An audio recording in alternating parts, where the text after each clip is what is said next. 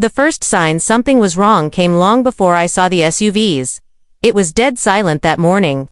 No birds, no wind, just an eerie calm spreading across my 10-acre property like a warning. I was walking my property line, the new security cameras I had recently installed after weeks of HOA harassment.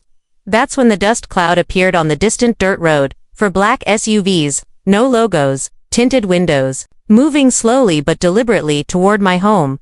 At first I thought it might be police. But no, I hadn't called anyone. This wasn't routine. The vehicles stopped 100 yards from my house. My stomach twisted as the doors opened and a dozen men poured out, fully armed, wearing tactical vests that read Recovery Enforcement Division in bold white letters. Bounty hunters dot behind them. 2 sheriff cruisers parked, but the officers remained inside, hands resting casually on their dashboards, as if they were only there to observe. The lead bounty hunter approached me confidently, clipboard in hand. He looked like he belonged in some private paramilitary unit, not on suburban land. "Sir, I'm here under authority of West Pine Meadows HOA, he said flatly. "We have orders to secure disputed property assets and conduct enforcement operations." "Disputed?" I scoffed. "This is my land. Fully owned, fully paid. You people have zero authority here." He handed me a thick packet of paperwork. "HOA voted last quarter to annex adjacent parcels. You failed to comply with HOA expansion ordinances. We're authorized to seize non-compliant structures and assets immediately." I flipped through the documents, all stamped, signed, and filed with county offices. The problem? They were complete fabrications. Fake votes, fake meeting minutes, fraudulent signatures. The HOA president, Deborah Klein, had finally made her move. "You're trespassing," I snapped, my voice low and tight. "Leave now, before this gets ugly." The bounty hunter didn't flinch. "Sheriff's Department is here to ensure peace. Any physical interference on your part will be viewed as obstruction." I turned toward the police officers, hoping for sanity. "Are you seriously allowing this? This is illegal." One deputy, Mallory, shifted uncomfortably but kept his tone neutral. "Civil matter, sir. If you believe they're wrong, file an injunction." I realized immediately, the HOA had orchestrated this entire thing perfectly, presenting it as a civil dispute rather than criminal fraud, forcing me into lengthy legal battles while they seized control on the ground. The bounty hunters moved like a well-drilled team. Some started marking my barns and sheds with colored tape. Others set up surveying equipment. A drone buzzed overhead, mapping my property as if I had already lost it. Every step was documented on my own security cameras, and I started filming on my phone as backup. Within an hour, they had posted new West Pine Meadows HOA jurisdiction signs at every entrance to my land. I called my lawyer Daniel Briggs immediately. "Don't engage them physically," he said. "Film everything. I'm on my way." As I waited, the lead bounty hunter approached one last time, lowering his voice. "You can fight it in court, but by then, you won't own anything worth fighting for." His confidence wasn't casual, it was rehearsed, trained. Like someone who had done this before. That's when it hit me. This was bigger than me. The HOA wasn't just abusing power, they were running a well-oiled land grab operation, and I had just become their latest target.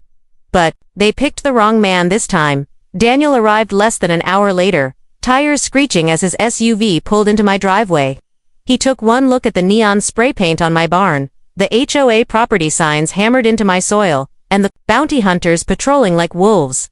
His jaw clenched. "They've gone full-blown criminal." I handed him the forged documents. Daniel flipped through them, muttering curses under his breath. They redrew the HOA map illegally. They submitted a forged plat survey to the county land records office and faked board votes using non-existent members. I was furious. The county approved these. Didn't anyone verify? Daniel shook his head. Counties process hundreds of filings a week.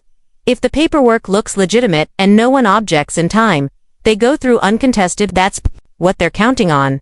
It was a legal ambush. Deborah Klein had weaponized bureaucracy itself. I glanced back at the bounty hunters. One of them was measuring my Mustang, my pride and joy. They were cataloging assets to seize. Daniel pulled me aside. "We'll file an emergency injunction first thing tomorrow, but listen to me carefully. They're trying to provoke you. One wrong move, and they'll turn this into a criminal charge, trespassing, obstruction, even assault, to make you the villain." I nodded grimly. I won't give them the satisfaction. That night, I barely slept. My cameras recorded suspicious vehicles circling my property well past midnight, black trucks with no plates. Just sitting for hours like vultures waiting for a carcass at 3 a.m. My power suddenly went out. I grabbed my flashlight and stepped onto the porch. The air was heavy. Still, off in the distance, I saw movement. 3 men in tactical gear, walking my fence line with high-powered flashlights. They weren't here to inspect property. They were testing my response. I didn't engage. I simply recorded every second, time-stamped and documented. The next morning, Daniel called. "We have a bigger problem," he said. "The judge assigned to your emergency injunction. He's also on the HOA board." My blood ran cold. What? Conflict of interest is an understatement. He should have recused himself immediately, but he hasn't. "They've infected the system itself," I whispered. "That's not all," Daniel continued. "I did some digging. This isn't the first time West Pine Meadows HOA pulled something like this. 2 years ago, a widow lost 3 acres to a so-called boundary correction. She couldn't afford to fight it. And the bounty hunters, same recovery firm, same police department involved, same Deborah Klein. This wasn't isolated harassment. It was a racket, a coordinated land theft operation hiding under the cloak of HOA enforcement, backed by corrupt officials." Daniel's voice turned cold. "If we're going to beat them, we need evidence strong enough to make this a criminal case, not civil." As if on cue, a miracle walked through my door that afternoon. Sarah Jenkins, the HOA secretary. She was shaking, terrified, glancing over her shoulder every few seconds. "They know I'm here, but I can't keep quiet anymore." She handed over a flash drive. Every fake board meeting, every fraudulent vote, audio recordings, emails, secret payments to county officials, all of it.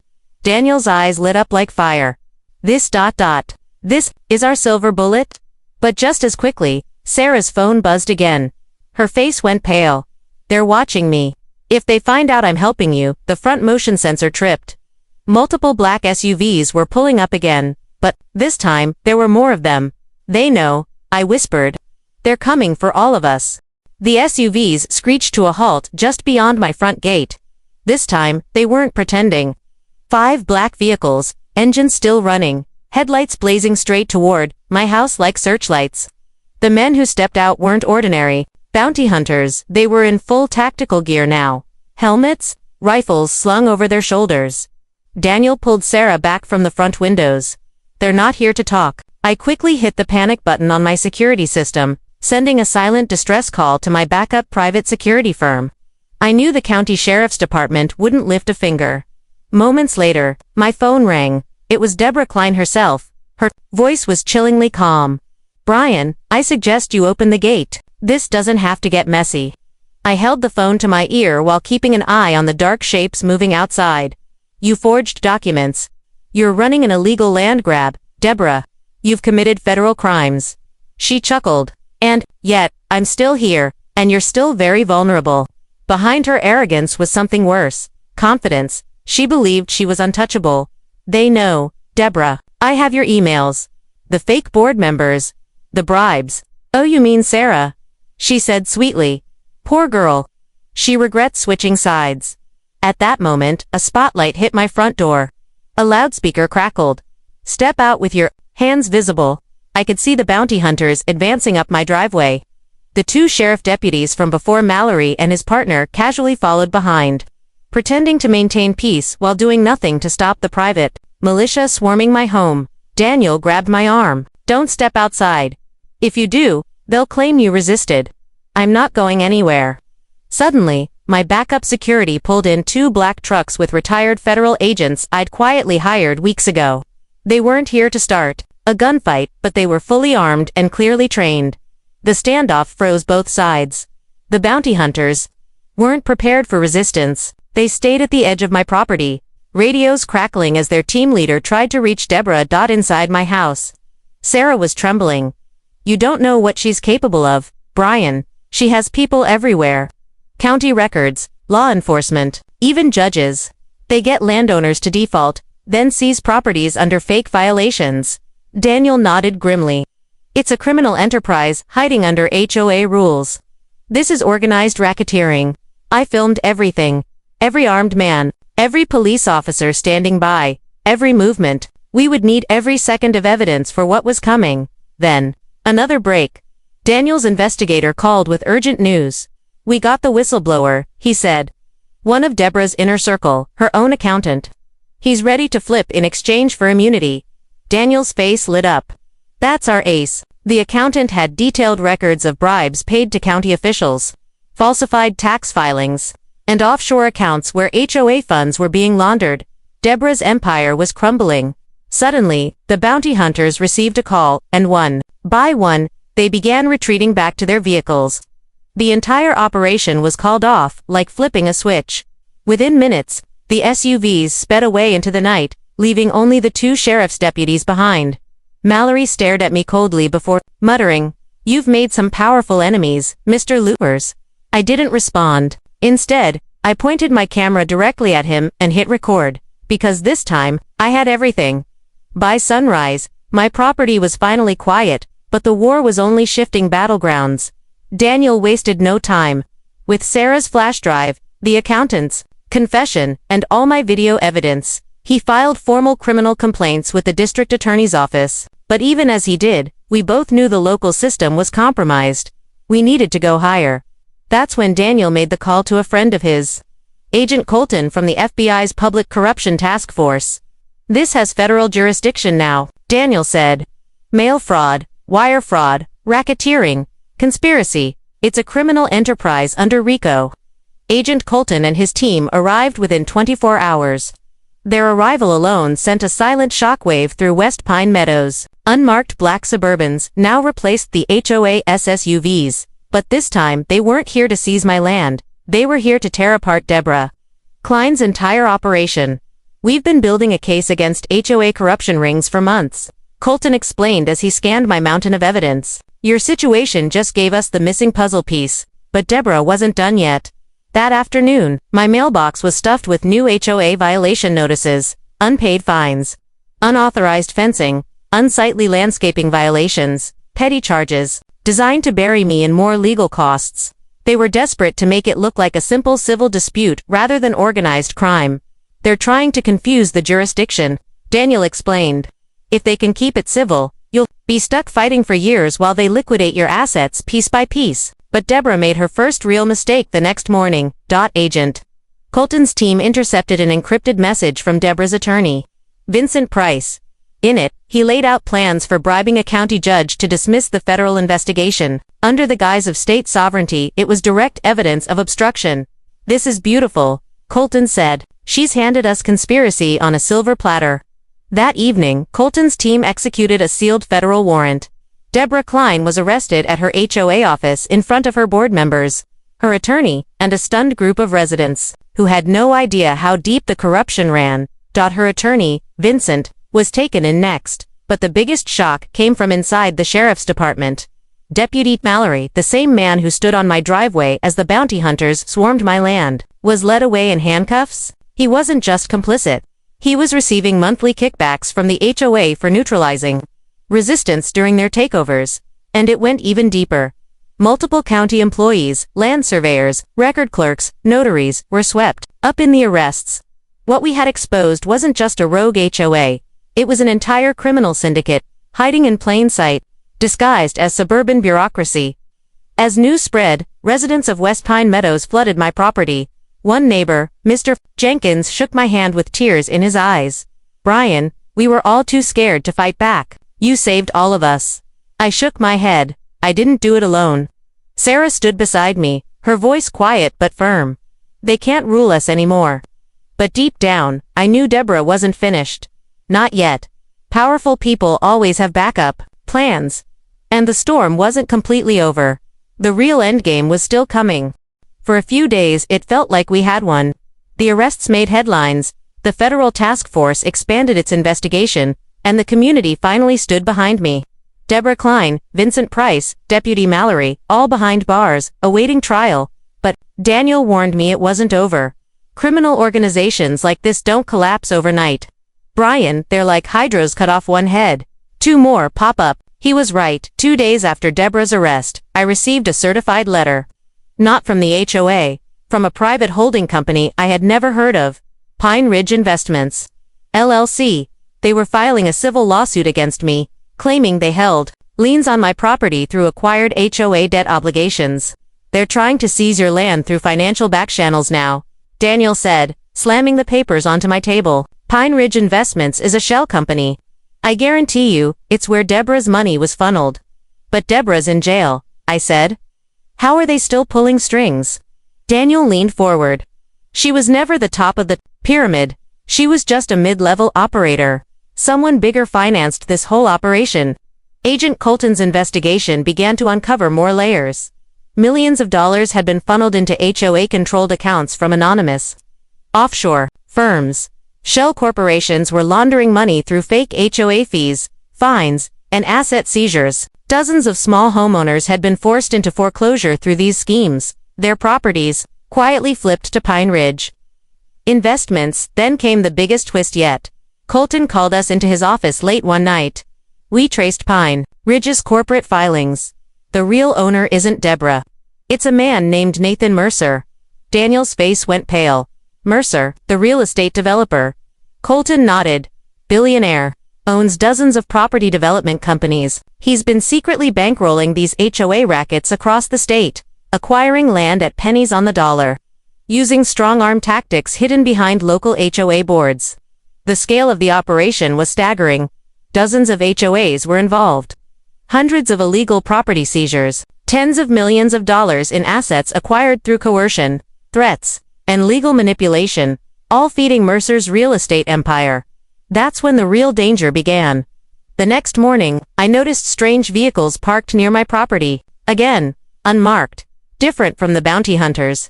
These were professionals. My security detail spotted them too, Daniel said. Mercer doesn't play by HOA rules.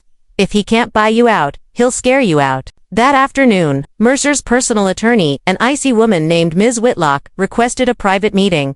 We met at a neutral location, a hotel conference room downtown. I admire your determination, Mr. Lewis, she began, her voice smooth and cold. But you're fighting forces much larger than your neighborhood HOA. You mean organized crime? I shot back. Her smile didn't break. You can call it whatever you like. The reality is this. Drop your claims, sell your property to Pine Ridge for a generous settlement, and walk away unharmed. And if I refuse? Her gaze sharpened. We have very long memories. People in your position often disappear beneath piles of legal fees or accidents. Daniel slammed his hand on the table. That was a threat. You just made a federal case even bigger. Ms. Whitlock stood calmly. Prove it. And with that, she walked out, leaving a fresh storm behind her. We both knew. This was no longer about just my land. This was war. For the next 72 hours, everything shifted into overdrive. The FBI ramped up their investigation into Nathan Mercer's empire. Subpoenas flew. Search warrants hit multiple HOA offices across the state. Several lower-level operatives flipped, trading information for immunity. But Mercer wasn't sitting still. Daniel's phone lit up with legal notices every hour. Lawsuits, appeals, countersuits, even fake liens popping up against my property. They filed complaints with the state licensing board against Daniel himself, trying to discredit my legal defense. It's classic corporate warfare, Daniel growled. They don't need to win every case, they just need to bury us under an avalanche of litigation. Meanwhile, the intimidation tactics got bolder. My security cameras caught two masked men attempting to cut my fiber optic lines at 3 a.m. My mailbox was smashed. My business accounts were suddenly flagged for IRS audits. Then came the worst. One night, while reviewing footage with Daniel, my security team burst in. Sir, you need to see this. A live drone feed showed 3 unmarked SUVs slowly circling Sarah Jenkins' home. She's the weak link, Daniel whispered. They're trying to scare her into silence. I immediately called Sarah. Her voice was shaking. Brian, there, outside. I'm scared. They knocked on my door and said nothing, just stood there. Stay calm, I said. Help is on the way. Within minutes, federal agents swept in to extract Sarah and place her under protective custody. The intimidation only strengthened the FBI's racketeering case, but Mercer had more cards to play. The next morning, Agent Colton called an emergency meeting. We discovered sealed offshore accounts, linked to several high-ranking state officials. Colton revealed grimly. Judges, regulators, even politicians, Mercer has been buying influence for years. The corruption ran far deeper than anyone expected. This explains why Deborah and the others were so confident. Daniel muttered. Mercer wasn't just playing the HOA game. He had protection at every level. The FBI now faced its greatest challenge, taking down Mercer without triggering the entire system to protect him. Meanwhile, Mercer's attorney, Ms. Whitlock, delivered her next message. This time, through the press, an anonymous article appeared online. Landowner linked to tax evasion, fraud allegations, FBI investigating. My name was plastered across the headline. That's a total fabrication. I shouted, slamming the article down. Daniel was calm but furious. They're trying to smear you. Create reasonable doubt.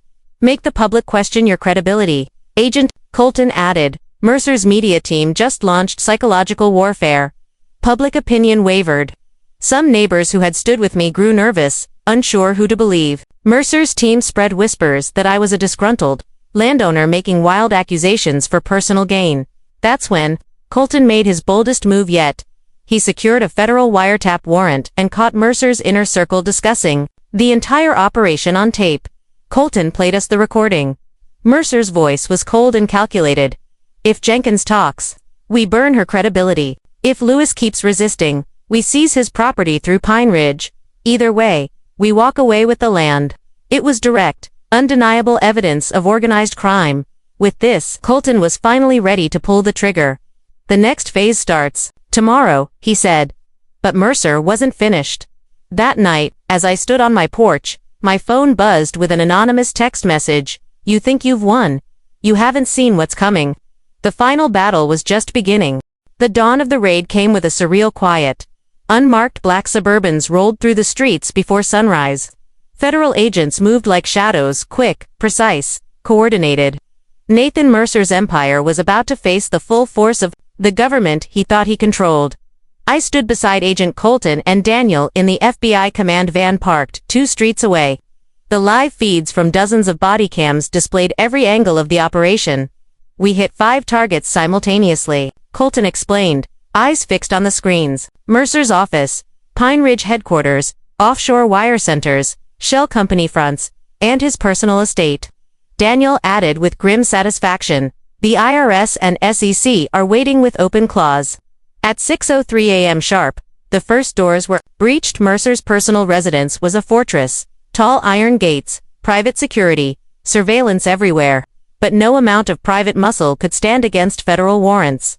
Dozens of agents stormed his mansion while helicopters hovered above. His security guards were quickly subdued. Mercer himself was dragged out in handcuffs, wearing nothing but a silk robe and a look of bitter rage. On the body cam feed, Mercer shouted as they read him his rights. You'll regret this. You're all making a mistake. This entire system depends on people like me. Colton muttered under his breath. Not anymore. Simultaneously, agents raided Pine Ridge Investments' financial offices downtown. Hidden servers were seized. Secret ledgers revealed offshore wire transfers. Fake HOA violations converted into asset seizures, and millions funneled through straw buyers. The evidence was overwhelming. Over 20 people were arrested that morning. Mercer's top lieutenants, attorneys, county officials, and corrupt judges. The entire shadow network Mercer had built to manipulate local HOAs was collapsing like a house of cards. But the operation wasn't without danger. Back at my property, while watching the feeds, Daniel received a panicked call from one of his investigators. Brian's property, they're making a final play. A separate team of hired contractors, not part of Mercer's official companies, had been dispatched to vandalize my home and destroy evidence. If they could make my property look like part of a criminal operation, it would complicate the federal case against Mercer. They're trying to frame you on the way down, Daniel said sharply. They want to muddy the waters before court. But my private security team was ready, armed with both state permits and evidence in hand. They confronted the intruders before any damage could be done. The men were detained, and the FBI swept in within minutes. Among the captured contractors was a familiar face. One of the original bounty hunters who first stepped onto my property weeks ago. I guess they didn't learn. I muttered, watching him being hauled away. Colton turned to me. This was Mercer's last desperate move. They tried to bury you one final time. But now we have everything. Hours later, the U.S. Attorney officially announced sweeping federal indictments. Charges ranged from racketeering, fraud, extortion, bribery, obstruction of justice, and conspiracy. Mercer faced life behind bars, and so did many of his associates. News outlets erupted. The case became a national headline. HOA, corruption ring, exposed. Billionaire, real estate developer faces federal RICO charges. The once untouchable Mercer was now a symbol of corporate greed brought to justice. As evening fell, Daniel and I stood on my porch, watching as peace returned to my land. "It's over," Daniel said, but deep down, I wasn't fully convinced. People like Mercer always have allies hidden in the shadows. And I knew there was still one final chapter to write. 4 weeks after Mercer's arrest, life began to return to normal, or at least something close to it. The HOA was dissolved. Sarah Jenkins testified before a grand jury, becoming the key witness that ensured dozens of convictions. My land was fully restored, with all fraudulent claims erased from county records. Neighbors who once feared speaking out now openly thanked me. The nightmare seemed finally over, but then came the letter. It arrived by courier, unmarked, sealed in a plain white envelope. No return address. I opened it carefully, expecting more legal threats. But instead, it contained just a single sheet of paper. Typed in bold letters, "You think you've won, look deeper." Mercer was only a piece. Below it was a bank routing number and an offshore account code. No explanation, no signature. I handed it to Daniel immediately. "Is this a joke?" I asked. Daniel's face darkened as he read it. "Not a joke, Brian, a warning." Agent Colton joined us after reviewing the information. "This account belongs to someone new. Mercer wasn't acting entirely alone. There's another investor, possibly the real architect." We sat in stunned silence. Weeks of investigation followed. Colton's forensic accountants dug into the offshore network Mercer had used. Buried beneath layers of shell companies was a new name none of us expected: William Darrow. Daniel exhaled sharply. Darrow, the state commissioner of housing. The revelation hit like a freight train. William Darrow, the very man publicly praising the FBI's takedown of Mercer, was secretly profiting from the entire operation. He was funding Mercer while publicly condemning corruption, Colton said. Playing both sides. Using Mercer to do his dirty work while shielding himself politically. That was why Mercer seemed so untouchable for so long. Darrow had orchestrated protections that reached deep into both state and federal institutions. But with Mercer gone, Darrow's insulation was cracking. Colton launched a covert investigation into Darrow's dealings. Informants flipped. More hidden accounts were discovered. Secret meetings, bribe ledgers, and recorded phone calls surfaced. Finally, with irrefutable evidence in hand, Colton moved on Darrow. He was arrested during a live press conference. His arrest broadcast across every major network. The public, already reeling from Mercer's downfall, watched in disbelief as one of the state's highest officials was exposed as the true mastermind. The dominoes kept falling. Other corrupt officials, county clerks, judges, politicians, were swept up in the widening scandal. What began as one HOA dispute exposed one of the largest real estate racketeering conspiracies in state history. A month later, I was asked to testify before a congressional hearing on HOA abuse and corruption. Sitting before the nation, I shared my story, how it started with a forged fine on my property and escalated into a war involving bounty hunters, corrupt law enforcement, and billion-dollar crime syndicates. When I finished, the committee chairman simply said, "Mr. Lewis, your courage exposed what no one else dared to confront." As I left the hearing room, Sarah met me outside. A smile, finally free of fear. "It's really over now, Brian," she said softly. I nodded, feeling the weight of months finally lift, but deep down, I knew the truth. Corruption never fully dies. It hides, waits, and adapts. But this time, we'd struck a blow deep enough to shake its foundation. And as I stood on my porch that night, under a quiet sky, one thought remained clear. They underestimated the wrong man. The end.